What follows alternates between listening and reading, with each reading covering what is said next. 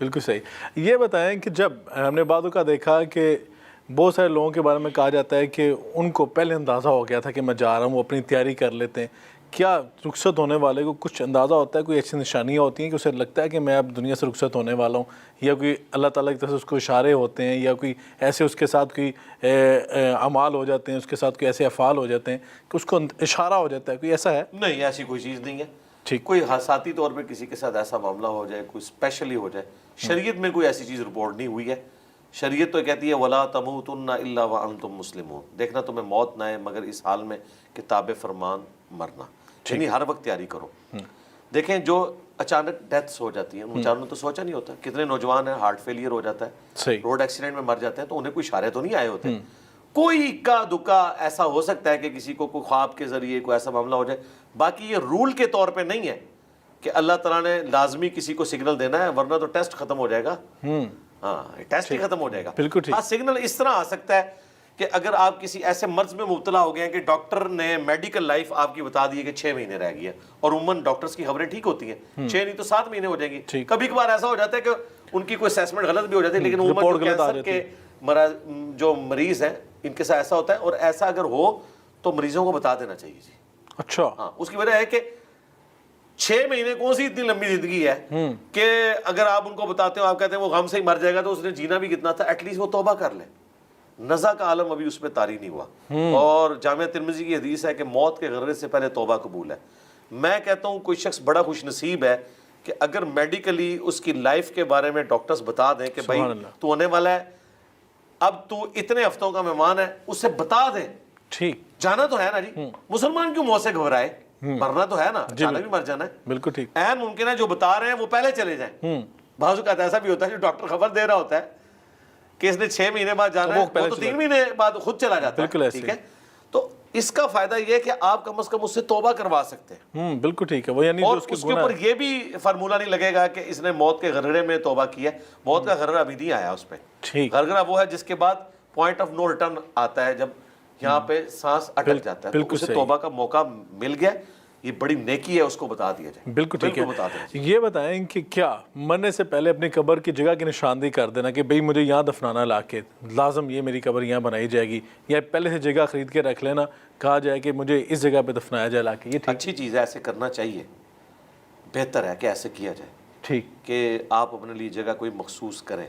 صحیح. دیکھیں نا, سیدنا عمر نے, صحیح بخاری میں آتا ہے کہ جب ان کو زخم لگا 3-4 دن تک یہ حالت رہی کہ جو کچھ کھاتے تھے میدا کٹ کیا تھا, نکل جاتا تھا. پھر انہیں یہ پتہ چل گیا اب میں نہیں بچوں گا. پھر انہوں نے 6 رکنی کمیٹی بنائی, سیدنا علی, عثمان, طلحہ, زبیر, عبد الرحمن بن عوف اور سعد ابن ابی وقاص کی.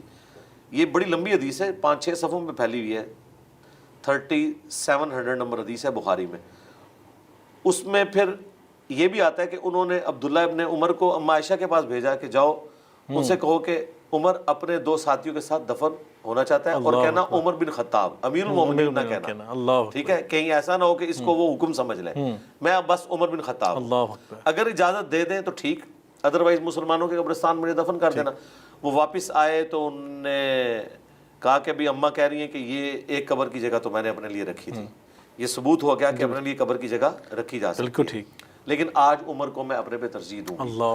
لیکن حضرت عمر نے پھر بھی کہا کہ وفات کے بعد ایک دفعہ پھر پوچھ لیں. ٹھیک ہے, اور ان کی خواہش پوری بخاری میں ہے کہ حضرت عمر دعا کرتے تھے, اللہم ارزقنی شہادتا فی سبیلک وجعل موتی فی بلد رسولک صلی اللہ علیہ وسلم. اے اللہ مجھے موت دینا تو اپنی راہ میں شہادت کی, اور مجھے رسول اللہ کے شہر میں موت دینا, دونوں دعائیں ان کی قبول ہوئی ہیں. اللہ اکبر. بالکل ٹھیک ہے.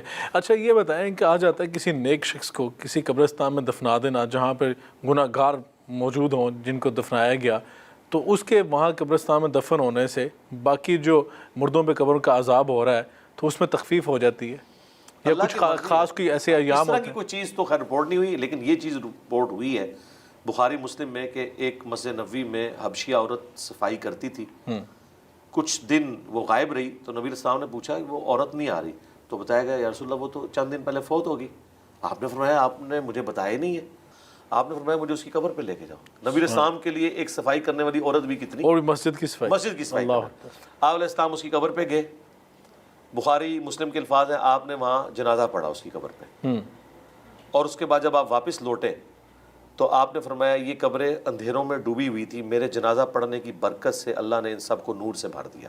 اللہ، یہ ہو سکتا ہے کہ کوئی نیک آدمی قبرستان میں جا کے دعا کرے یا اہل قبرستان کے اوپر جنازہ پڑھے، وہ پڑھ سکتے ہیں، ٹھیک، بار بار پڑھا جا سکتا ہے۔ نبی علیہ السلام نے احد کے شہداء پہ بخاری مسلم میں آتا ہے کہ اپنی وفات سے چند مہینے، 1 مہینہ پہلے عقبہ ابن عامر کہتے ہیں میں نے آخری دفعہ حضور کو ممبر پہ دیکھا اور وہ آپ کا خطبہ وہاں پہ تھا بقیع غرقد قبرستان میں، کہا کہ دیکھنا میرے بعد کافر نہ ہو جانا کہ ایک دوسرے کی گردنیں کاٹنا شروع کر دو، مجھے اپنے بعد تم سے ایک خطرہ نہیں بھوکے مرو گے، بلکہ یہ خطرہ ہے کہ اللہ تعالیٰ دنیا کے خزانے تمہیں دے گا، رومنز اور پرشینز کے خزانے پھر آگے نا۔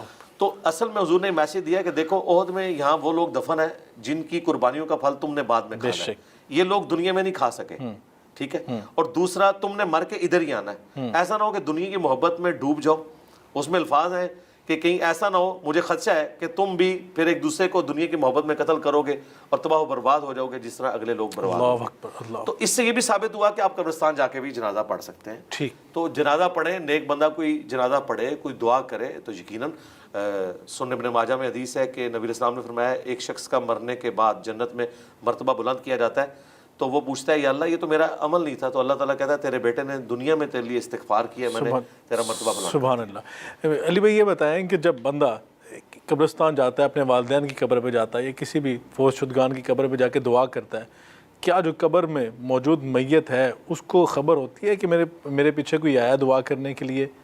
دیکھیں ایک تو یہ حدیث جو میں نے سنن ابن ماجہ کی بتائی کہ اللہ تعالیٰ اسے خبر دیتا ہے کہ تیرے بیٹے نے استغفار کی تو یہ تیرا مرتبہ بلند ہوا۔ یہ حدیث سنن ابن ماجہ کی خود ثبوت ہے اس بات کا کہ اسے ڈائریکٹلی نہیں پتہ چلتا، اللہ تعالیٰ بتاتا ہے۔ ہم مردوں کو خطاب کرتے ہیں السلام علیکم اہل الدیار من المؤمنین والمسلمین وإنا انشاءاللہ بکم للاحقون نسأل اللہ لنا ولکم العافیہ، یہ دعا صحیح مسلم میں رپورٹ ہوئی ہے۔ اہل ایمان کے لیے قبرستان جا کے دعا کرنا یہ اہل ایمان کا حق ہے کہ مسلمان اپنے فوت شدگان کے لیے ربنا اغفر لنا ولاخواننا الذین سبقونا بالایمان، اہل ایمان کی نشانی ہے کہ وہ اپنے مردوں کے لیے دعا کرتے ہیں جو پہلے ایمان کی حالت میں جا چکے، وہ آپ نے کرنی ہے۔ لیکن جو ہم یہ سلام کرتے ہیں، یہ سلام کا ان تک پہنچنا یہ برزخی موڈ ہے۔ اگر کوئی کہتا ہے یہ فزیکل پہنچنا ہے، پھر اس کا لازمی نتیجہ ہے کہ جب وہ وعلیکم السلام کہتے ہیں نا تو ہمیں باہر آواز آنی چاہیے، ٹھیک، تو باہر تو نہیں آتی آواز، جی صحیح، اس طرح ہماری بھی اندر کوئی نہیں جاتی، بلکہ اللہ ہماری بات ان تک پہنچاتا ہے سوائے ان چیزوں کے جن کا استثناء ہے۔ جس طرح بخاری مسلم میں آتا ہے کہ جب مردے کو دفنا کے لوگ جاتے ہیں تو وہ ان کے قدموں کی آہٹ سنتا ہے، ٹھیک، اس کی حسرت میں اضافے کے لیے کہ یہ چھوڑ کے چلے گئے، یا اہل ایمان کے لیے تسلی کہ دیکھو یہ تو چھوڑ کے چلے گئے، تمہارے اعمال تمہارے ساتھ ہیں۔ سبحان اللہ، جو بخاری مسلم میں ہے کہ انسان کے 3 دوست بالکل ہیں، ٹھیک، 2 باہر رہ جاتے ہیں، ایک ہی اندر جاتے ہیں، اعمال اندر جاتے ہیں، رشتہ دار اور مال باہر رہ جاتے ہیں۔